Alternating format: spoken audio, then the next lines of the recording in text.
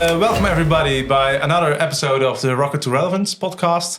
I'm Ronald, host of today, active at Tweakwise. Tweakwise is our conversion tool.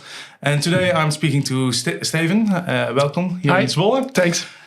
Steven, could you maybe also do a little introduction? Yes, of course. I'm Steven, one of the two co-founders of digital agency Social Brothers. Yep. The agency that we founded 13 years ago already. Time flies. Nice. That's what I do together with my brother, Rob.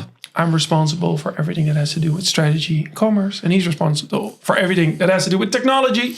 So that's a nice combination. Yes, of course. And still a good brotherhood together. Yes, we enjoy ourselves a lot. Nice. And I'm part of the consultancy team of Nice. Social Brothers. So I try to help clients from their current position all the way up to growing in the future. That's a great match within our podcast, Rocket to Relevance. We always discuss, e-commerce related stuff.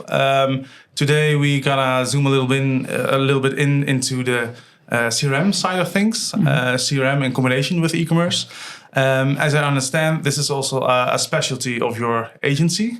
Definitely. Could you explain a little bit and why you choose to do so? Well, maybe it's good to tell you a little bit on what we do from our agency perspective. So we're the typical digital marketing agency. We have a marketing team. We help our clients from a strategy perspective all the way up to daily or monthly execution, SEO, pay-per-click, et cetera. But what we saw happening in the last couple of years is that we make a promise together with our clients, like, hey, we're going to help you grow from point A to point B, depending, of course, on ambition of our client. Yeah. And to really make those ambitions come to life or make them come true, we really had to get more data from them. Who are your clients? How do you interact with your clients? How often do they buy another product, et cetera? This is for B2B and for B2C, actually. And what we experienced during those projects is that a lot of our clients had a lot of problems with providing us with that data. Yeah, no clue what's happening. And especially things like customer life cycle, for example, or life cycle value. Yeah. Those are extremely important, I think, to run a proper e-commerce business. Yeah, definitely. And looking at it, e-commerce, once again, B2B and B2C, we experience comparable problems. Of course, the dynamics are different, but we experience the same problem. So we thought, hey, this is an entrepreneurial chance. Maybe we can help our clients by getting that data better. It's getting better insights, getting more information from our data, et cetera. Well, then what do you need? A CRM system. And so that makes sense and a logical combination to get started with both, actually.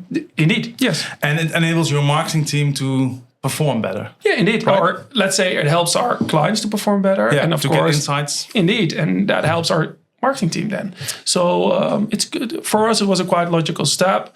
I have to admit as well that 50% of the co-founding team is technology driven. And sometimes we experience as well that CRM systems are quite technical as well. So, but we have that experience in-house. That's how we started. So why not, right? A really good marriage, I would say. Yeah.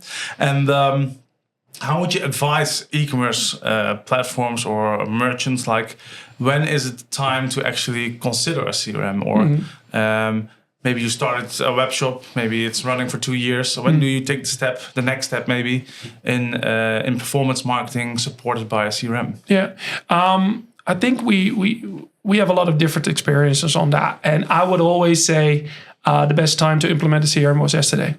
And I know that a lot of, especially if you're new in e-com, if you're B2C or B2B, or you already, especially in B2B, you're already working for 50 years, but now you're trying to be a B2B commerce, or you're trying to launch a B2B commerce channel. We're always talking about front ends and connections and API and how we're going to get the supply in, et cetera. And CRM systems tend to be forgotten. Well, for me, the main question is 70% CRM data and 30% front-end, e-com, CMS, et cetera. Yeah.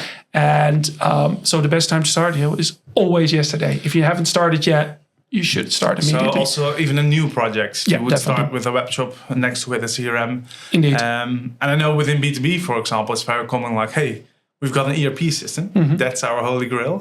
Let's connect and we're good to go. But that's definitely not your advice then. Yeah, because for me, a well-functioning CRM system, especially in B2B, is a place where marketing and sales maybe even support or service work together.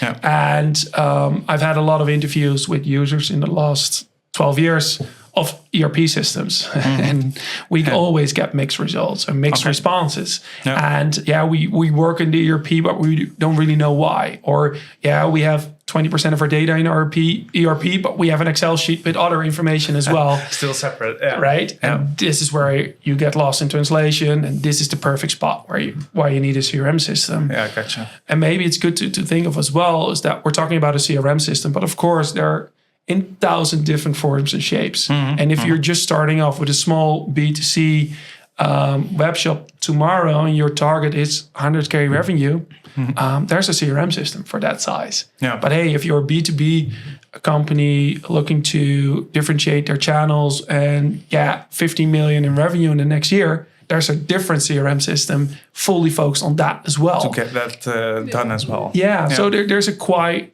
an interesting CRM pyramid, to call it in that way. And you could just start off with a smaller one and then gradually evolve forward. And move forward. Yeah.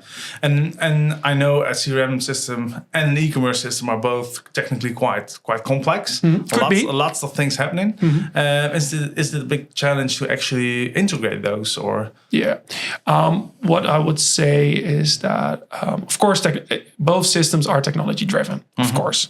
But hey, if you're now in the market of finding the right CRM system, you should always select a CRM system with an API, of course, and then mature API as well. Let's differentiate those two as well. And I think it's the same for an e-commerce CMS or for whatever system you're working with. And as long as there's a mature API around, that would probably enable you to make easy connections and spend not too much time on all the technology, but spend the time on processes and people and getting the right processes. Insights we demand, actually. Yeah, because a CRM system won't solve your people. It will just give them a tool. But you need to create a process, how to work with it, a playbook, how you're going to work with your CRM. That's also what you guys provide when starting with CRM projects. Yeah. A full guidance and playbook and stuff to go along. So we always start off with a couple of interviews with the main stakeholders for a CRM project. Based on those interviews, we create a technical blueprint, but also a people playbook. How are you going to work with the new CRM from A to Z? What's your week going to look like? How are we going to help you get the right information from your CRM system? Cool. And I have to admit that that's most of the times the hardest part. The technology and the connections and the APIs. That's quite feasible. Maybe done already, or a connection is in place, or you can reuse a connection. But the people getting aligned, all people are unique. True. Yeah. So that's where the biggest challenges are in our projects. Cool. That would say we would always say that a CRM system implementing a CRM system would at least take 3 to 4 months, and for some bigger projects, that's quite fast, to be honest. Yeah, but that's for small projects. Gotcha. Then for bigger projects, it's 6, 8, 12 months. That's what we're talking about to really get people adopted in working, getting the right information from your CRM. That could take some time. And when you look into a direct effect, so to say, what KPIs could a CRM contribute to within e-commerce? Yeah. What insights or what performance do you actually achieve? So, of course, we see a world where B2C and B2B commerce start moving together or almost becoming comparable, right? Of course, we still see some differentiators on KPIs. But for example, if you look at your question from a B2C perspective, of course, depending a little bit on the CRM that you're using, but for example, if you're working with HubSpot, the RFM models are standard in the e-commerce pipeline of HubSpot. So if we're talking about retention, if we're talking about value, monetization, et cetera, those are standard KPIs that you can quite easily use within HubSpot, and you have the information in a couple of clicks. So if you want your user or your customers to buy a couple, so if your target is to let them buy 5 times instead of once a month, for example, the whole CRM is focused on providing you the information, but also giving you tips and tricks to increase the retention in place. Definitely, that's interesting, and there are definitely some tools and possibilities as well within Tweakwise to boost the retention.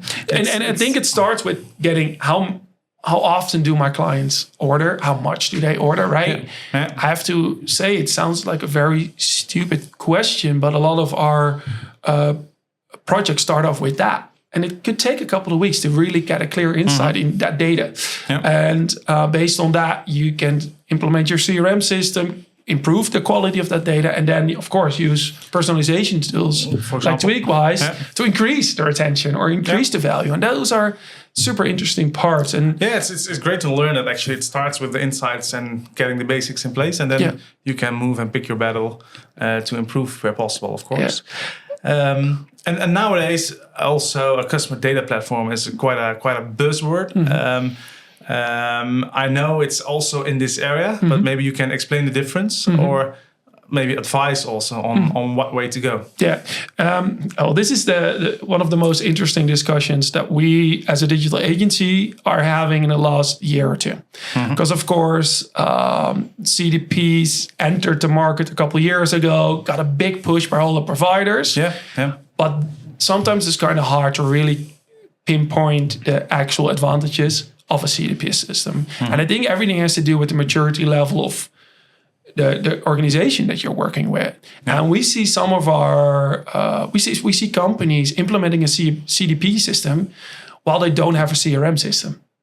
Please keep in mind that a CDP system, in my perception, for example, CDPs like Segment, are super complex, super technology driven, et cetera. There's a lot of gold to be found at the end of the rainbow, but it's a long road there. So please start off with a normal CRM system first, get your data in order, then think about connecting different channels to that CRM system.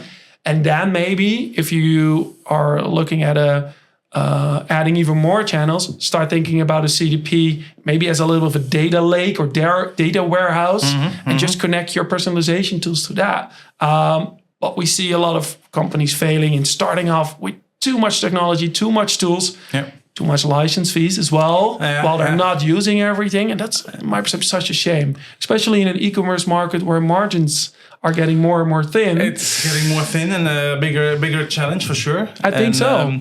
We see lots of tools in the whole environment. Of course, there's a best of breed approach, but you can go way too far and beyond what's still effective and still usable. And I think if we're talking about CRM, there are 1,000 different tools. If we're talking about CDP, it's even more. And indeed, you have a monolithic or best of breed approach. We also see that some of the CDPs, and I have to admit that those are the CDPs I like most, have a more composable approach. So they help with the data warehouse, they help with combining the unique identifiers, et cetera, but they connect with personalization tools for personalization, or they connect with email tools for email marketing, and don't try to do everything themselves in their CDP. And if you look at the philosophy that we have in our company, and if you look at the teams that we are used to working with, those are the most efficient products or projects.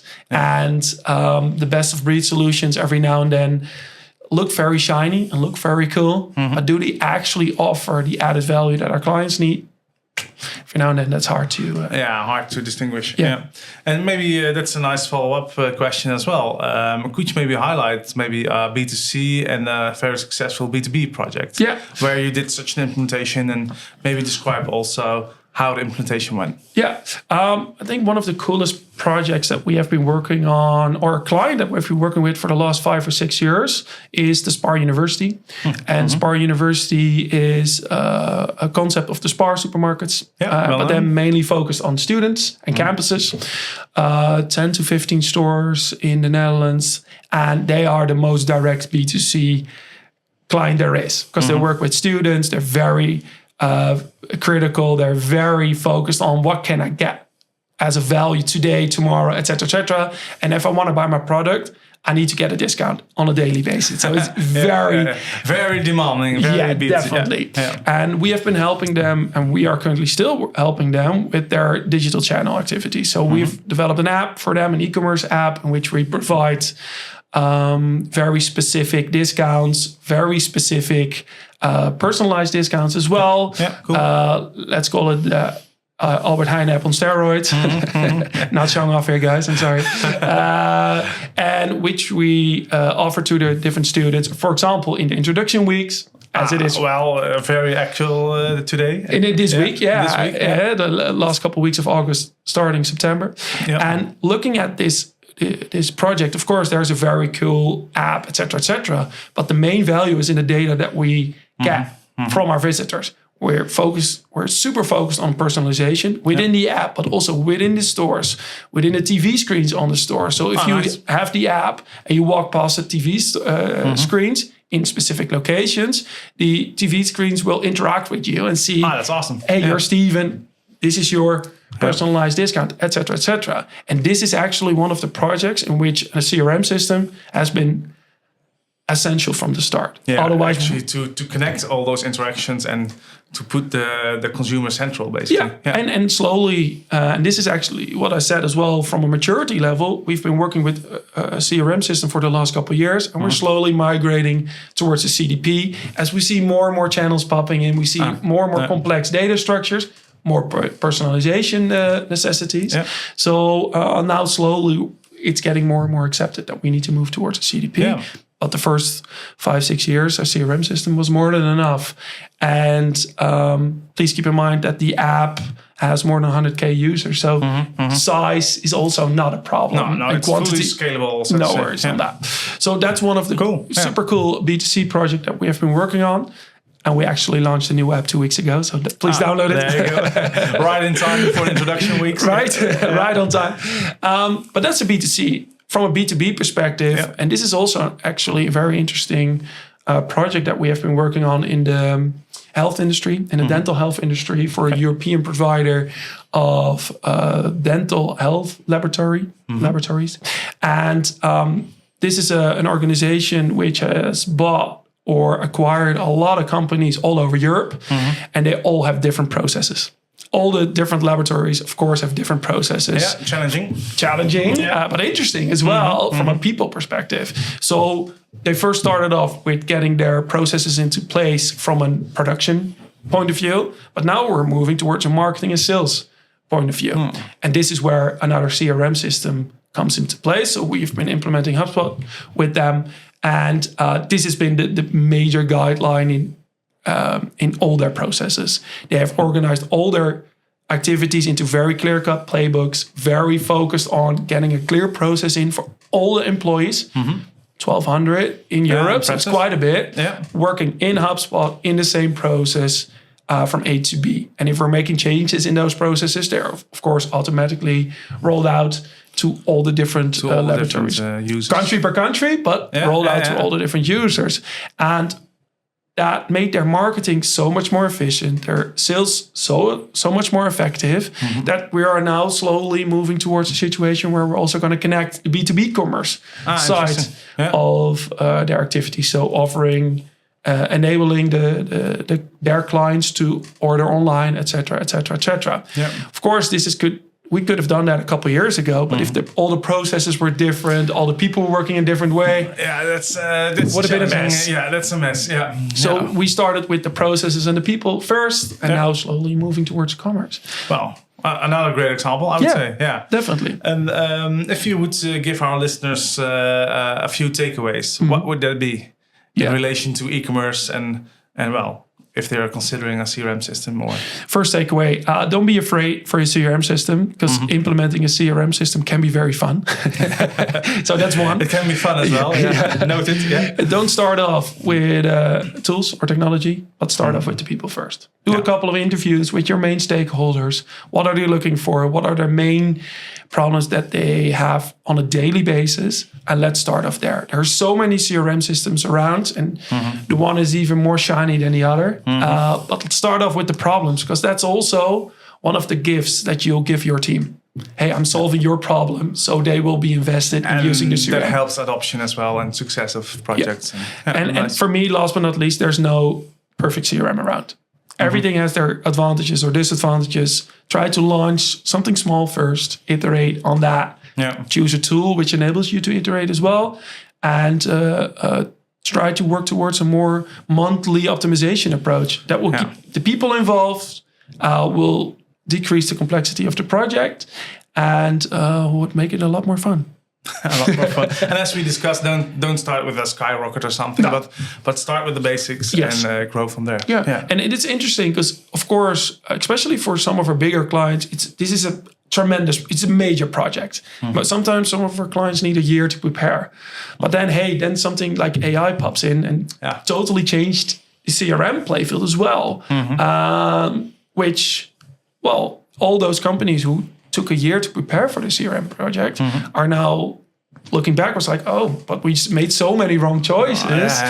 With all the IT projects, right? So a CRM system is not that different. So don't spend too much time on preparing. Have a couple of interviews with your main stakeholders.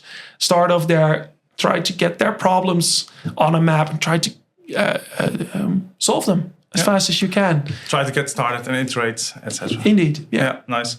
And speaking of AI, we've seen a lot of buzzwords in the e-commerce world. How does AI actually speed up CRM usage or CRM efficiency? I mean, within Tweakwise, for example, we're working on a co-pilot there that's actually helping, advising, not taking over, but advising people to improve and do the right steps. Do you also see a big accelerator in the CRM world? Yeah, this is interesting because, of course, when ChatGPT was launched, so let's call it the AI boom, right? The start of the AI boom, all the CRM systems, at least that we work with, were in a competition to launch an AI feature as fast as they could, right? So that's been more than a year. And this was all marketing, in my perception. And that's what they did kind of good. So that's fine. What we see happening now is that, and I always try to compare it with cleaning my house. I don't like cleaning my house, and people who know me know that.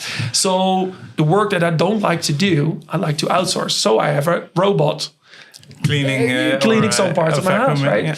And that's the work that I don't like to do. And that work is, in my perception, in most of the CRM systems that I use, almost can be done automatically by AI. For example, dashboard creation. I don't like dashboard creation all the time. I like working with a dashboard, not creating one myself. Dashboard, and I don't need to make decisions, and I don't know. But there are a lot of CRM systems around where you just give them a prompt and you get the first version of your dashboard. It's 85%. Perfect. Perfect way to start off with. It's my cleaning robot at my house, and that's it. Then you have the work that you're not good at. Also see happening that quite a bit in CRM system, for example, data analysis, kind of hard for a lot of people. Well, let AI do the first bits. That's a perfect way to start off with, and then moving forward with getting specialists in, or accept that you don't get all the analysis that you want. And what we see happening with AI is that it enables a lot more users to use way more features within a CRM system. Features that they normally would not even dare to play around with. Now can be. Now it's more accessible and they're ready to go. And maybe it's not perfect, but it's way more perfect than waiting for a data scientist to help you out in 4 months. Right? No option at all. So, or no option at all, indeed. Or working with an agency all the time. There's a lot of advantages on that part. So there's also a lot of happening on that side as well. Indeed. Well, it's thanks for having you, Stephen, and thanks for all those insights. I do think it's a really strong combination if you look at both implementations and do it the right way. Perfect. Thanks for those insights, and see you online, everybody. Thank you.